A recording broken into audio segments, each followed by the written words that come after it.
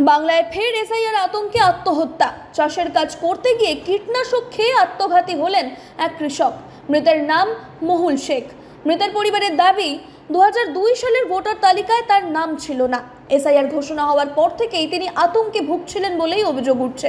ঘটনা নিয়ে শুরু হয়েছে রাজনৈতিক চর্চা। জানা গিয়েছে কান্দি পুরসভার 12 নম্বর ওয়ার্ডের বাসিন্দা ছিলেন মহুল শেখ।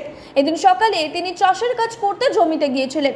পরিবারের দাবি, চাষের কাজ করার সময় কীটনাশক খেয়েছিলেন তিনি। কিছু সময়ের মধ্যেই তিনি অসুস্থ বোধ করতে শুরু করেন।